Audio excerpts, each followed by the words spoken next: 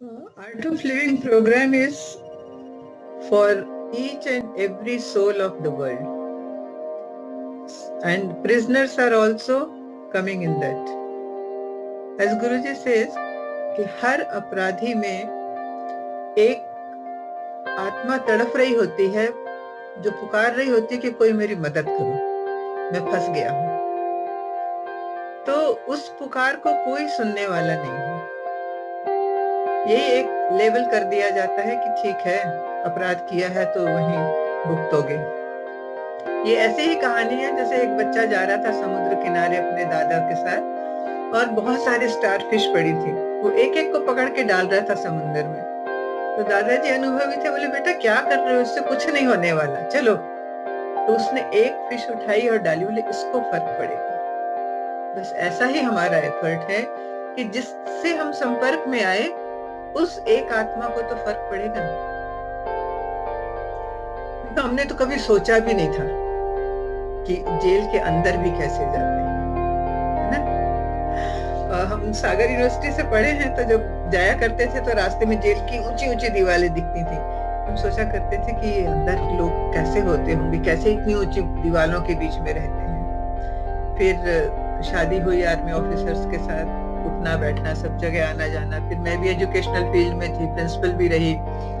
तो कभी नहीं सोचा था कि इन लोगों के बीच में भी कोई जाने का जरूरत है, या वहां अब हमारे जैसे लोग क्यों वहां जाएंगे, कभी नहीं सोचा था। अगर तुम्हें सचमुच में सेवा करनी है तो जेल में करना, वहां तुम्हें सब तरह के लोग मिल जाएंगे। और सचमुच में वहां आपको पीने वाले भी मिलते हैं, चोरी करने वाले भी, जेब काटने वाले भी, मर्डरर्स भी, भीख मांगने वाले भी, बच्चे चुराने वाले भी, सब तरह के लोग मिलते हैं। तो कुछ मुझे सब ऐसा लगा कि मैं इतने साल तक पढ़ाती रही, प्रिंसिपल रही, फिर हमारी त्रुटि कहाँ है जो हमारे बच्चे भटक जाते हैं।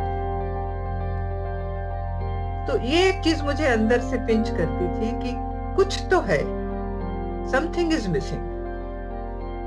परिवार के संबंधों में, शिक्षकों के संबंधों में, बच्चों के, क्योंकि जितने भी लोग हैं अपराधी, बिल्कुल अनपढ़ तो बहुत कम हैं, पढ़े लिखे ही हैं ज्यादा।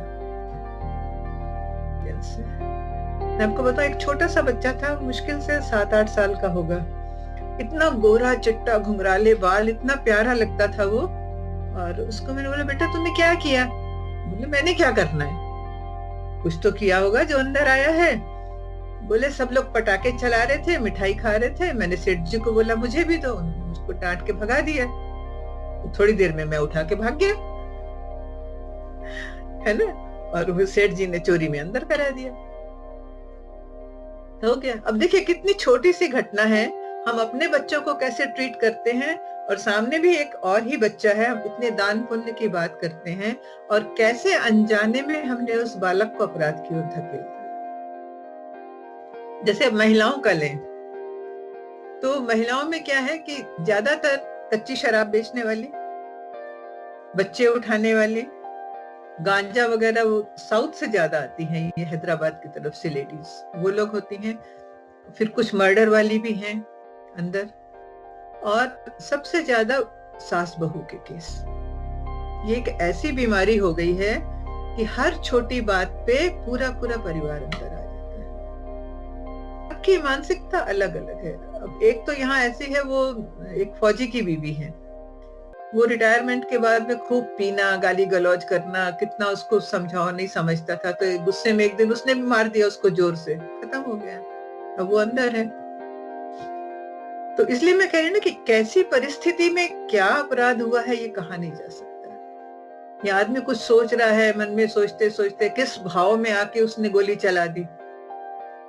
अब जब बाहर आते हैं तो या तो वो अपने पैतृक व्यवसाय में लग जाते हैं, या आप जेल से जो व्यवसाय सीख के आते हैं, अगर और कुछ नहीं है तो उसमें लग जाते हैं। पर मुख्य समस्या होती है समाज उनको स्वीकार करे।